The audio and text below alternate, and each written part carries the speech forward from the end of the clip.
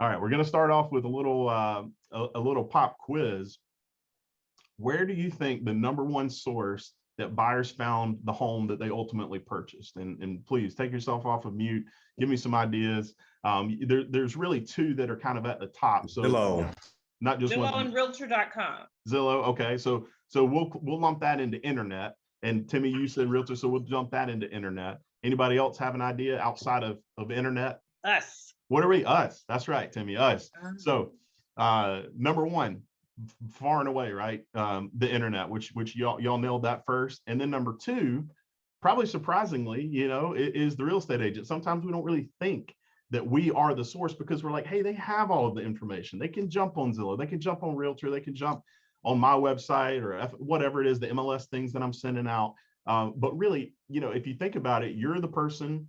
And again, if we go back to that other slide about being the authority figure, you're the person who knows the neighborhood, who knows what's being built new, maybe in that area. Maybe they're not familiar with the area, they're moving new to the area. And so you make up a ton of this. And if you look at the bottom, sometimes we have marketing conversations with agents about, where should I market? Where should I put myself out? We'll go into that part later, but I want you to see this stat. They have a star there. And if you look at the bottom, and this is a NAR report from 2021, a star means less than 1%. So print, newspaper advertisement, home book or magazine, and other, I don't really even know what other could be in this scenario, but all less than 1%. So, if you really look at the top, it's you and the internet. 79% of buyers found their home through the internet and through real estate agents. And that's how buyers are finding their properties, is somewhere on the internet. So we want to be there. How do we do that? We'll check in a little bit later on that piece, but I wanted you to see that. That's where they found their home. What about the first step they took in the process? Think a little bit about that first slide we just looked at, but a little more granular. What did they do before they went to see the property in person? Like, what did they do? They said, I want to buy a home. Call their lender. Okay. Anybody else? Call their agent. There you go. Jamie and Greta just said both at the same time, call an agent. Now think about that last slide. What was number one? They go to the internet. They look for properties online, right? So those are all the answers right there, right? They look for properties online, which we knew that from that first slide, right? And then you see the second one, they contacted the real estate agent. So lockstep, right? That first slide was internet and you, the agent. The second slide here is what actual step did they first take? Well, they looked online and they contacted a real estate agent. Now, if you look at the rest, that's the whole rest of this slide is 40%. 43% was they went online, and then 18% was you. Far outweighs all of this other stuff, right? 7% contacted the mortgage lender, 6% drove by the home, 2% visited the builder, right? That was kind of surprising to me. I thought it would have been a little higher, but this is a scale of 100. So if you really think about it, you have a bulk of the authority and the power to be able to get information out to your clients, even more maybe than we thought we did, just because we see all these ads for the search engines online and things like that, right? Yes, people are going there, but the supplement, the next step or the next resource they have is you. Sometimes it can feel defeatist if we say, well, why would I have a website and why should I have we're somewhere where they can search, they can just go to these other sources. Well, that's true. But if you really think about it, if they can go on the internet and find your site or something about you, and then also contact you, now you've taken number one and number two off of those slides and made it yours. That's the goal here. We want repeat referral business.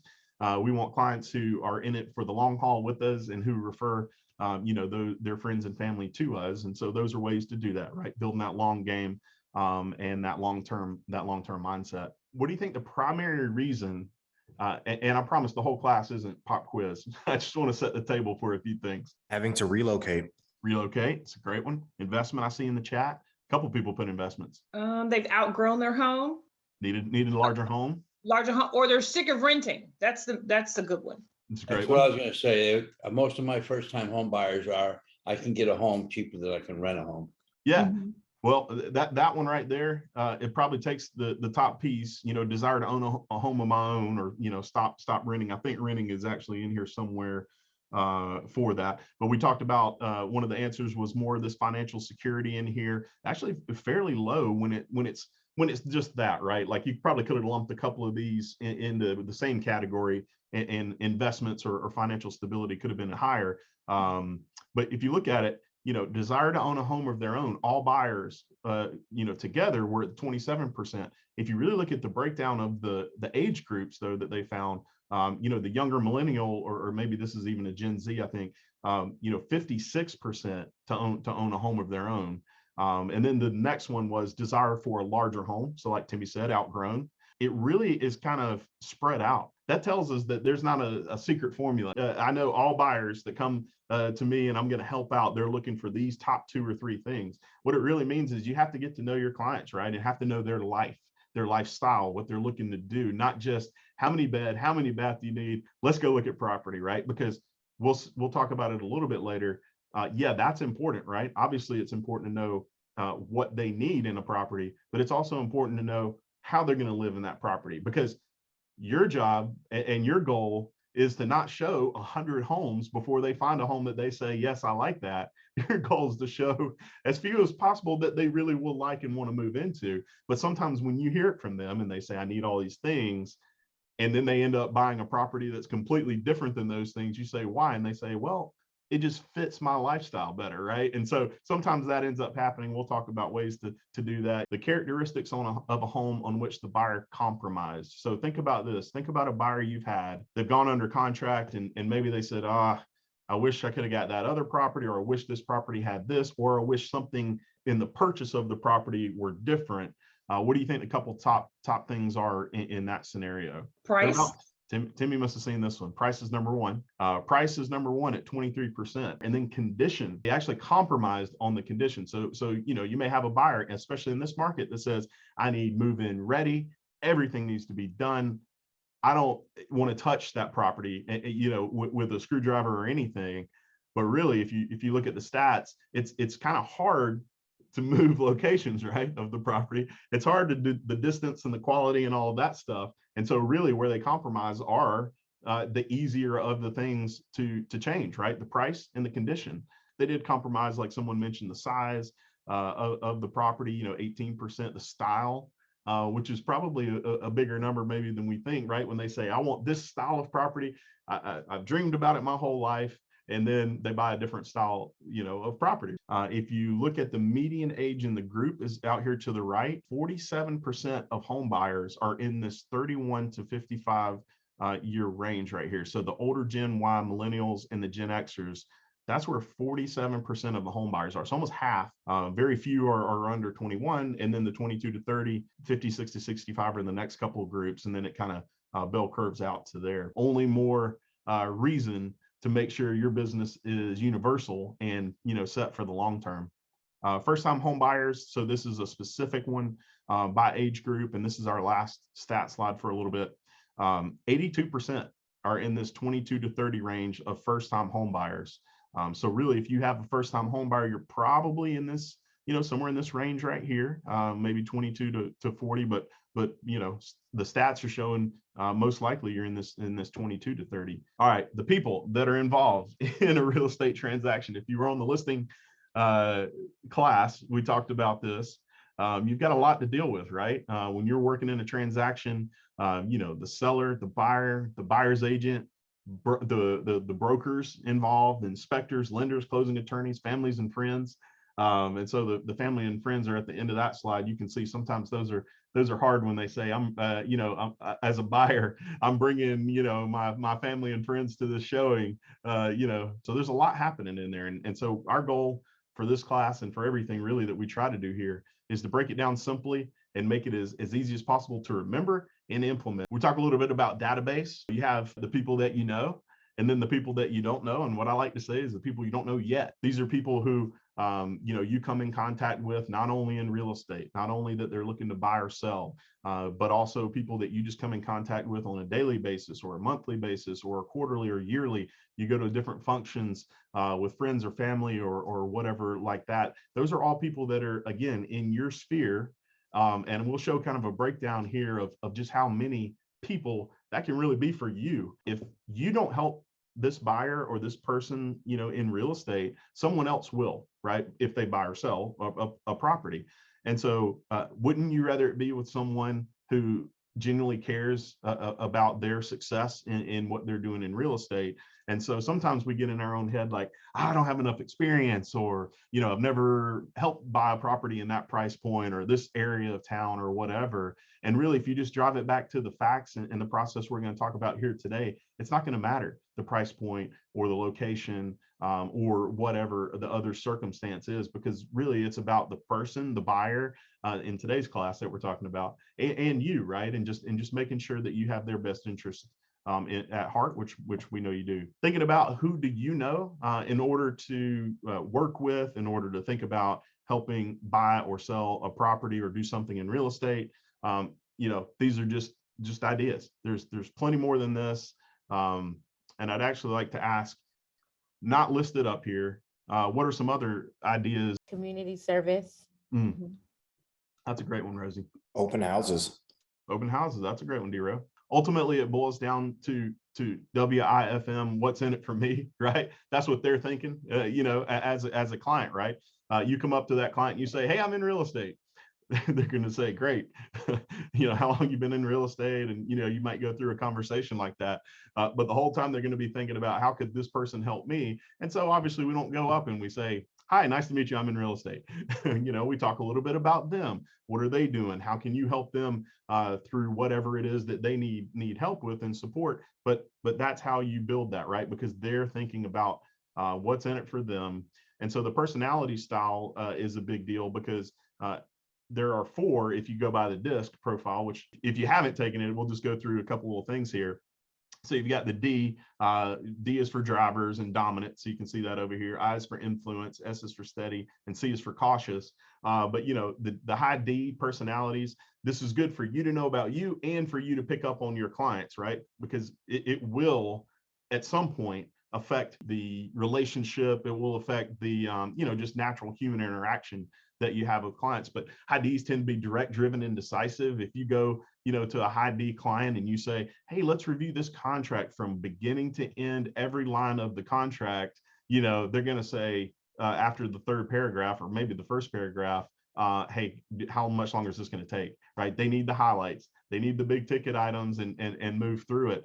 Your high I's are influential, social, optimistic, outgoing, more of a sales type personality, just wants to be involved and network.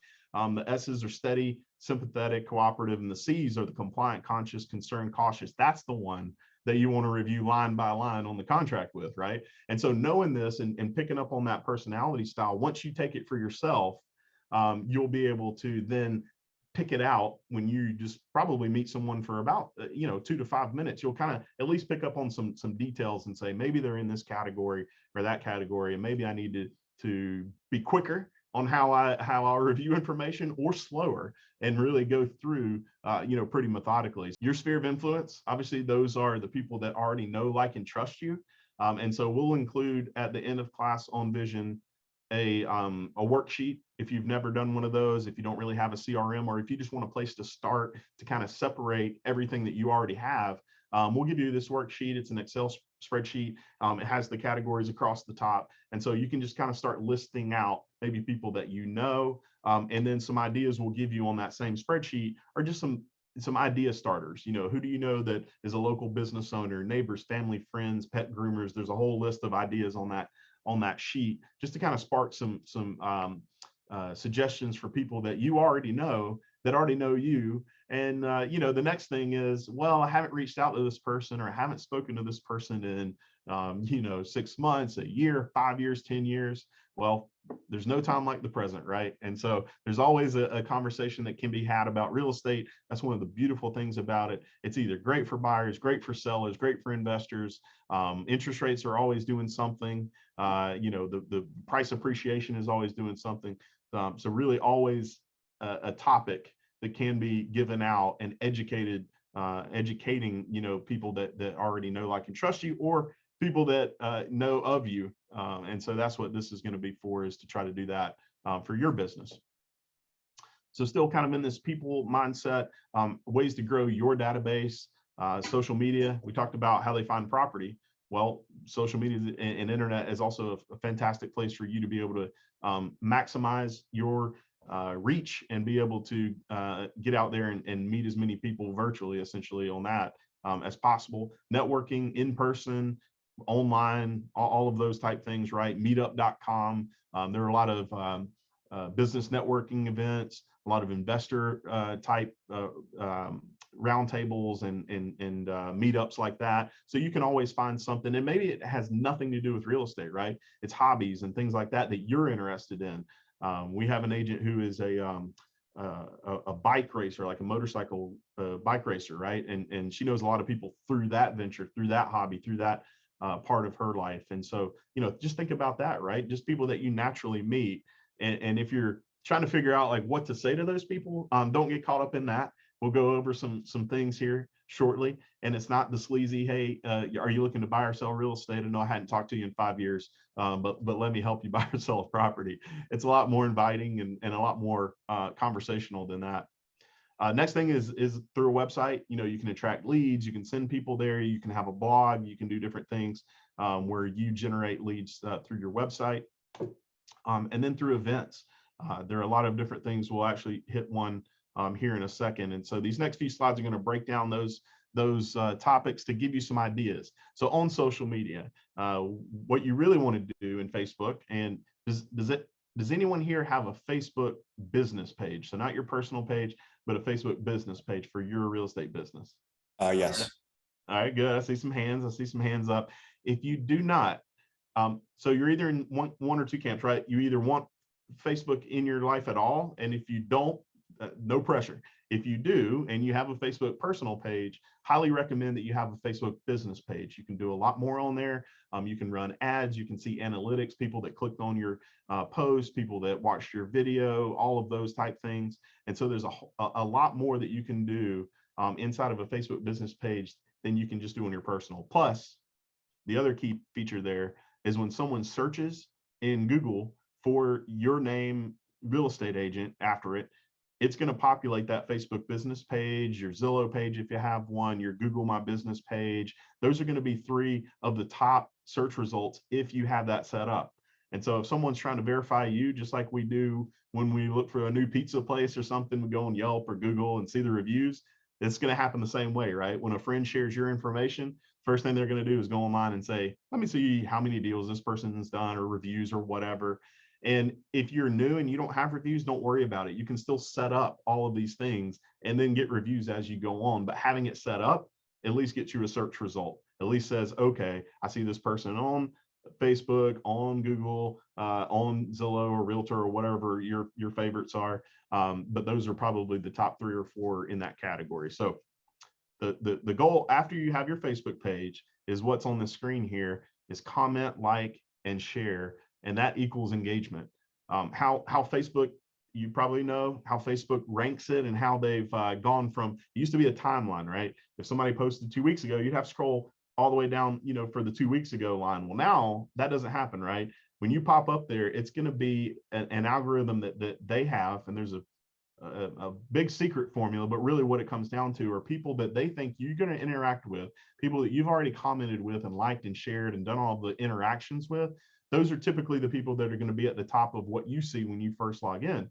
The same thing for them. So if you're commenting, liking, sharing, engaging with them on their post, they put a picture of their dog, or they put a picture of a birthday party, them getting a new job. If you're on there hearting, liking, hey, great, congratulations, that dog's so cute, whatever it is. If you're engaging on their stuff, Facebook says, oh, these people know each other. Let me show each other's content to each other, right? Until they figure out that maybe they're not doing any engagement with you, it might drop off. But keep that in mind when you're out there, when you're with your audience on Facebook, especially Facebook. That's really how that one works. Instagram, my understanding is it works a little bit differently, but Facebook, that's really how it operates, is that engagement factor. But just hitting the like button, that works, but not to the extent of comments, sharing, liking, all of that type of engagement. So, some people put on their calendar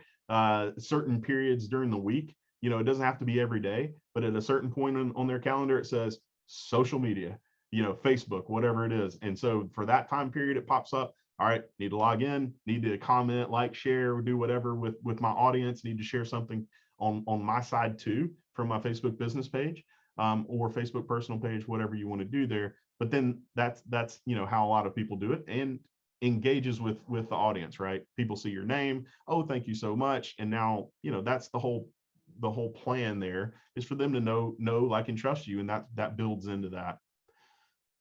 Sharing valuable content on social media, we try to make that easy here at Solid Source. Derek's videos on our social on our YouTube channel at solidsourcechannel.com are all shareable on Facebook. So if you have a client who says, hey, I want to put a backup agreement, or they've heard it, or they've heard about earnest money or this market, what's going on. We actually have videos about,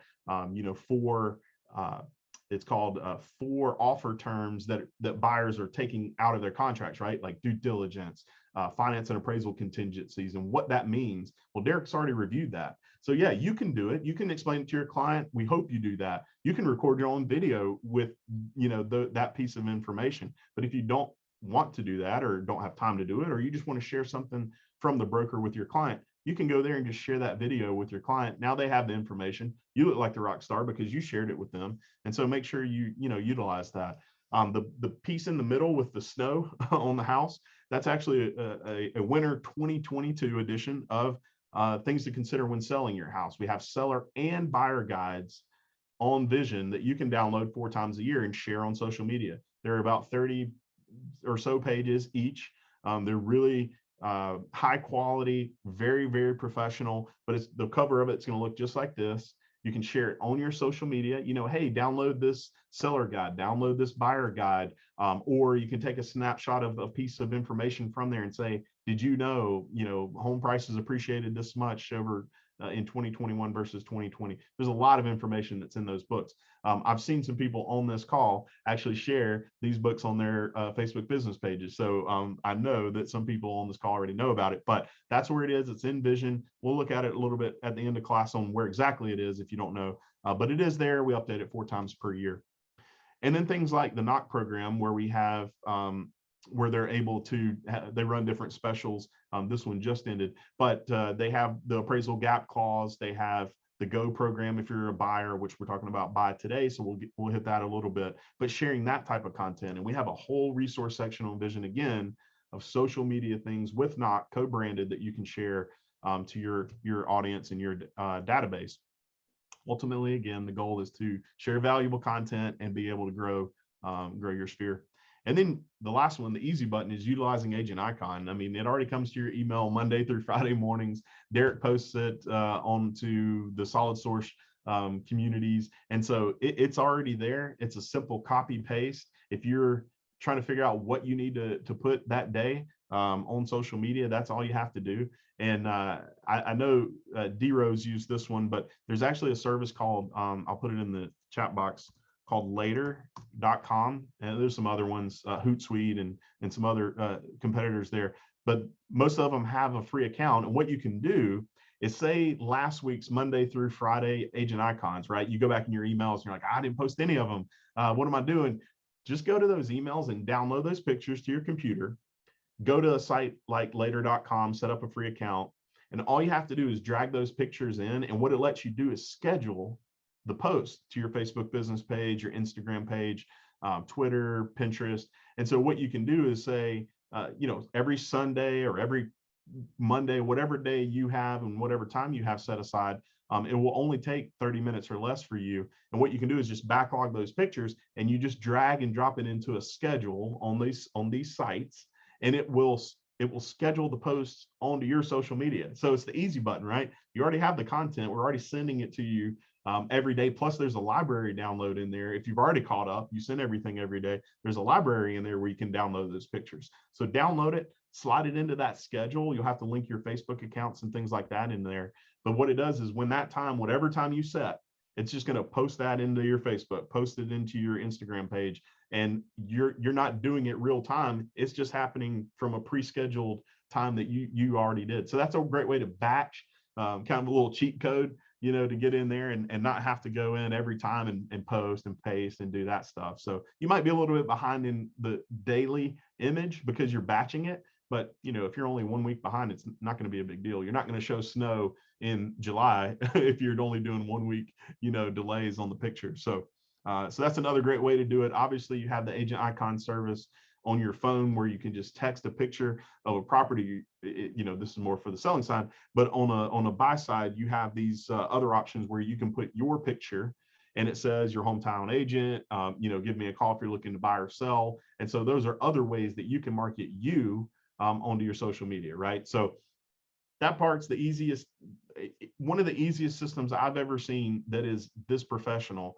And so if you need those phone numbers, again, it's on Vision. I'll show you where it's at, because if you're Solid Source Realty, you have one number. If you're Solid Source Realty Georgia, you have one number, but it's extremely easy to operate. All you have to do is just text a picture of you or a home or a park or whatever it is, and you're able to get back some great stuff that you can then post on social.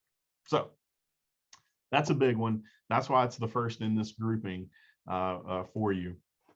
The next one is growing your database through your network. So the first one was social media. This one is through your network. Has anyone watched any of the videos when we had, I think, Jeff in here maybe about a year ago? I mean, he put some great videos on our YouTube channel. So again, another plug for our YouTube channel, not just real estate, earnest money, that type of content, but also things to help you think about how to grow your database and not the X's and O's of a contract necessarily. We have a series from Jeff Henderson on there, and the best one in my opinion is the one that I have up here, turning good intentions into reality and sustaining it. And so that's the title of that one. You can download these slides, on Vision, so you don't have to write that down. But what he talks about in there is what he calls +1 in your business. When you're reaching out to your database, maybe you set some time aside each week, Monday through Friday or Tuesdays and Thursdays, where you just pick up the phone and you just reach out to people that are already in that list that we looked at earlier, right? That's what a lot of successful agents do on buy and sell side, is just have dedicated time that they reach out to people, right? And it's not, hey, you're my current client, this is what's going on in the contract, but it's more, hey, I'm just calling to check in on you. And we're about to talk about things you can say to them. But in this +1 scenario, what he talks about is you've made 3 calls that morning.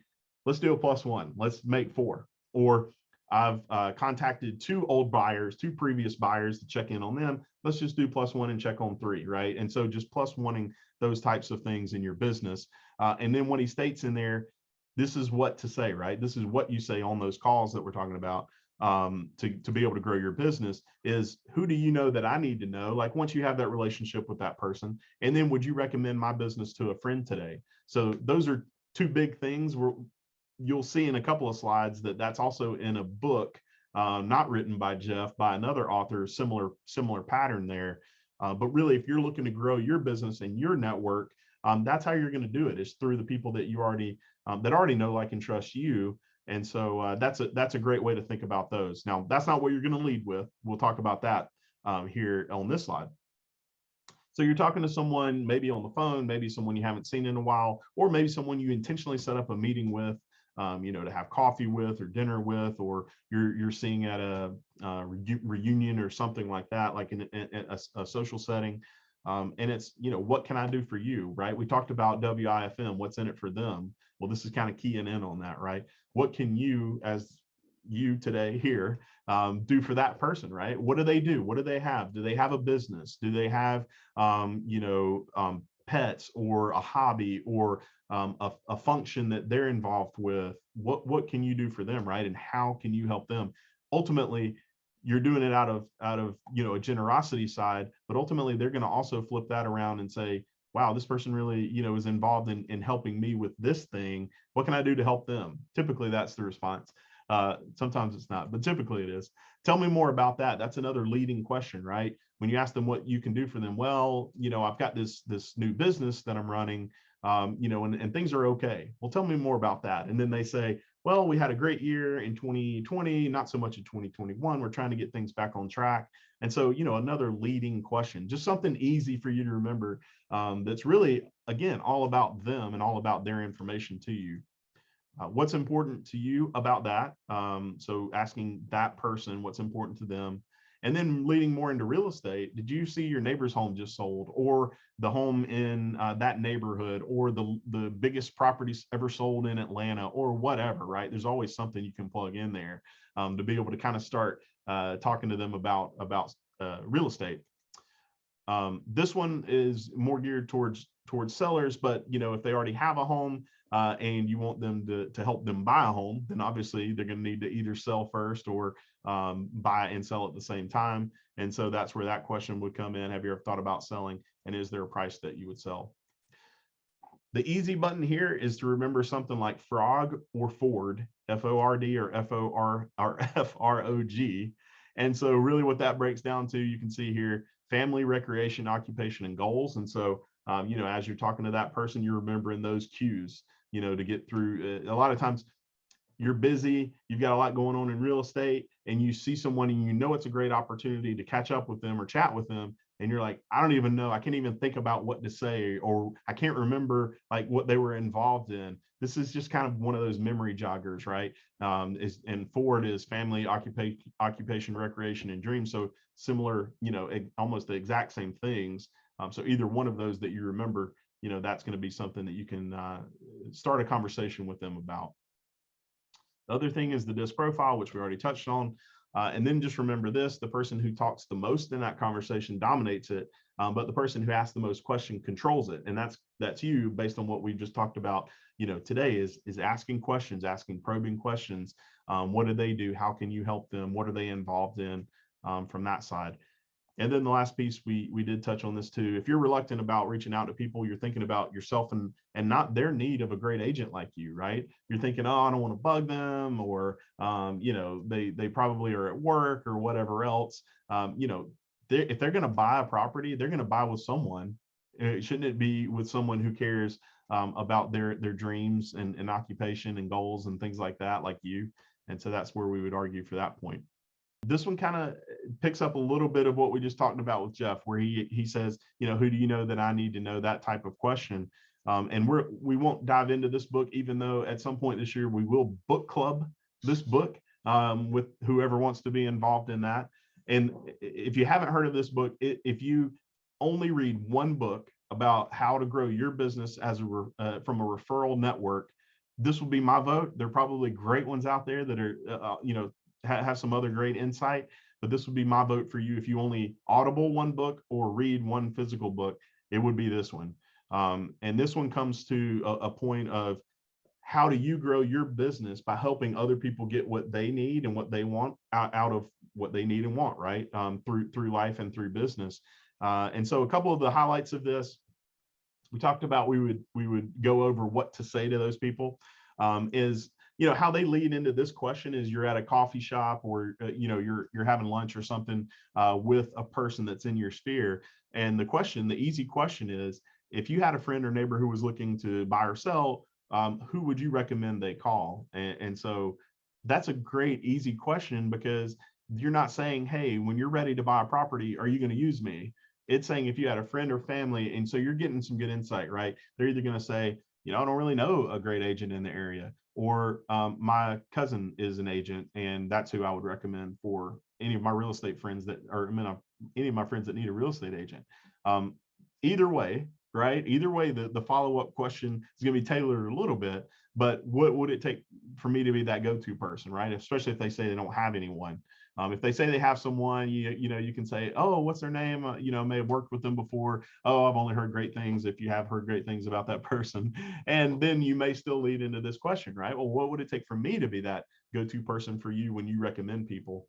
And the follow-up there is, I want to be your go-to person for real estate. After they say, sure, I might refer some people to you. If I'm hearing you correctly, you're saying that if you get to know me and my business better and like what you see, I would be your go-to person for that. And so you're setting up not only the question to find out the answer, but you're also setting it up for that future networking relationship. And obviously, as part of this, maybe they're a entrepreneur, or they have a business, or they have a corporate job that they may need clients referred to them on some level. And so that's your, piece where you can help them out as well, right? So a relationship where you're helping them, they're helping you. But you have to ask that question. If you don't ask it and you're a secret agent, what's going to happen is their friends or family, when you see them next time, they're going to talk about the home they just bought, and you're going to say, wait a minute, that should have been with me. I'm going to have their best interest at heart. But if you didn't ask the question, then it's kind of tough to go back on that. So they talk about know, like, and trust, like we've talked about throughout this class. We really want those the people in your sphere to know, like, and trust you. That's the goal, so that they refer business to you, so that they're more comfortable, and so that you don't have to try to build a relationship and go through a real estate transaction all at the same time. If you've worked with internet leads before, that's the scenario. Is you're trying to do all of that, right? You're trying to build that know, like, and trust at the same time you're trying to go through a real estate transaction. Can be really tough. And so, we just want to keep that in mind. There's two aspects, especially in this market. They also talk about that the market ebbs and flows, but focus on what you can control, which are your connections. So real estate market, we all know, can go up, can go down, but what can you control throughout that entire thing? When the market's up, when the market's down, if you only work with buyers, maybe it's really good for buyers at one point and not good for buyers one point, or the same thing on the seller side. But again, you controlling your connections, you being able to make sure that you're connecting with the right people, and that the right people are connecting with you, is that thing that you can control. Give, educate, give them content, make sure that you're the resource. And then personal handwritten notes versus cold calls. So what this book really focuses in on is not just picking up the phone or door knocking or doing all of these things, but really hyper focusing on the people that already know, like, and trust you, and then taking out blank handwritten cards, cards that don't say your business name all over the front or from you already pre-printed, but just taking a blank card and handwriting a message to that person. It's great catching up with you. I saw that this happened, on social media with you. Congratulations, whatever it is, but being intentional with that and really making it a practice in your business. So they go deep into that in this book. I won't spend any more time on that part of it, but a really great idea for that referral network. And then one of the last things I'll tell you about on this one is they talk about a housewarming party. So you've helped a buyer buy a property, they've moved in, and so their scenario is 30 to 45 days after the closing, you have this housewarming party. You get the invite list from the buyer so that you can connect and really network with the people they want to invite. You send out the invitation, through one of the online easy invitation sites, cater a little bit of food or have a barbecue, have a cookout during the day or the weekend, or whatever you want to do there. It doesn't have to cost a ton of money. Put out branded signs for you and your business, take pictures of the client in front of their home, door prizes if you want, but that's a way to get information from the neighbors and people who come in there. And again, if you're thinking about, hey, I've got X dollars to spend on marketing this month, let me go pay Zillow, let me go pay all these other sources of leads where I'm going to have to build this know, like, and trust connection and go through the real estate process with them all at the same time. Think about it more from the people that you've already helped, or maybe someone that's upcoming, right? Someone that you're in the process of helping buy a property. Maybe this is something that you implement with them when they close on that property, right? There are a lot of different ways you could structure this. It's just strictly an idea, but if you think about the mindset of it, it's taking out that I got to go chase that next thing that this company is selling me to generate leads, and really just focusing on the people that already know, like, and trust you, focusing on your referral database. And I love that. When I heard that in the book, I was like, even if you don't do exactly what that is, it's still a great concept to think about implementing that or something similar in your business. And in the scenario in the book, it leads to obviously a lot more business. All right. Last thing on this, 150 people. If you say that's how many people are in your database, we're going to look at some numbers here. So don't fall asleep through this math part of it. But your 150 people, say they're connected to 150 people. So if you multiply that out, there's a total of 22,500 people that have the potential to be in your community through there. And if you go by the NAR stats of the NAR states, 20% of people are moving in any given year. Well, that's 4,500 people that are in your community that are buying or selling. Now, that's a staggering number. could be overblown. But if you just think about that math, right, it's the multiplication of the people that you know. If you're really doing a great job of networking with the people that you know, and maybe it's 50 people that are in your database, run those numbers out. It's still staggering, right? The number of people that you could touch or that they could refer to you throughout any given year is tremendous. And so I'm a firm believer in the return on investment for agents to be able to maximize, your money that you have coming in, which is one of the reasons I love being at Solid Source with our $300 transaction fee, right? To be able to maximize that. But from this standpoint, if you think about it, it's, of course, it's easy to send $500 or $1,000 or whatever it is over to this lead generation source, pay them, get an internet lead, close a deal, go through that process. But what does this do for your business long term? What does it do for your business as a snowball effect, right? Because you're building that snowball up so that it just continuously happens. That book has a referral library. I'll post this website in the chat box at the break time, so you don't have to write down this big website link, but it's a free referral library where it goes through those. It breaks out that housewarming party. It breaks out, you can see on there all of the different things that they have, all the resources from the book. You can download right there in their library. So it's really nice to read the book and then have that supplemental library right behind it, but you can have free access to it. They talk about it in the book on how to get there. One more book we'll talk about is what's called Ninja Selling. So if you listen to that 7 Levels book and you like that idea, you may want to transition after that one into this book. And what it really talks about is more dollars per hour for you, right? Our job is tough to equate money per hour, right? We're showing 10 properties and we spent 10 hours or 14 hours or whatever it was and 3 hours researching and printing out FMLS sheets and all of that stuff. And then we go show the property and we go under contract and we do that whole thing. And then at the end of the process, we get paid a commission.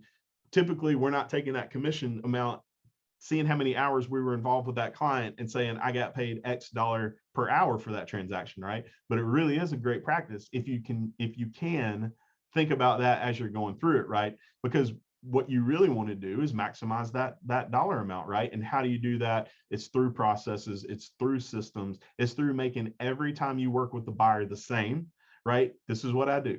We meet here, we talk about the buying process, we go look at 3 to 4 homes on Saturday. I know a little bit more about what they want, and maybe that Sunday we go look at 3 to 4 more that might be a little more dialed in. When we go under contract, here's my kickoff email, here's all the steps. We'll go through a little bit of that later. But thinking about your business like that, if you just say, I'm running ragged, this buyer wants to look over here, this buyer's over here, we've got so much happening, that can be a sign of, hey, I need to get something in place that is a system for my business. And I see a few of you on here that I know have those experience levels where you have systems in place to be able to help combat that. So that's a great book, just as an idea. We're coming up on the end of this section of really the people side of working with buyers. Having a closing attorney in your side, on your camp, that's going to finish out all the hard work that you did throughout the entire process is paramount. So make sure that it's someone that you're comfortable with and that really sets you up for success. Because I remember being an agent, and a lot of times when you're on the sell side back when I was an agent, you didn't really choose the closing attorney. Typically it was the buyer. Today's market, it's whoever can get to it first, I guess. But I've closed at a lot of other attorneys as well as Weissman, and the difference is Weissman will make you the rock star working with the buyer. There are a lot of attorneys out there, and if you're closing at one of those offices, no problem. Like there's no requirement for any of this. But if you do close at a couple of different ones, at least evaluate how they treat the client, your buyer clients, and how it sets you up for success. Because if they're not making you feel like a rock star at the end of that transaction with your client, then they may not be the one for you. So Weissman obviously is a preferred closing attorney for Solid Source, 15 Metro Atlanta locations and a Savannah office. They do have a facilitator here. Her name is Sherry Gill. She's at Weissman, but she is on the Solid Source team at Weissman. So if you need something from and I always get this wrong, from the website, that's the GSCC CA, I think, .org, like the, you know, the deeds and the all of those documents. She has access to that. You can send her an email with the property address. She'll get it to you. You can schedule closings very easily on their website. And they also hold earnest money. So that's huge. If you're closing there, let them hold the earnest money for your client at weissmanem.com. Everything's right there, super smooth process. And again, they make you the rock star. Wrapping up the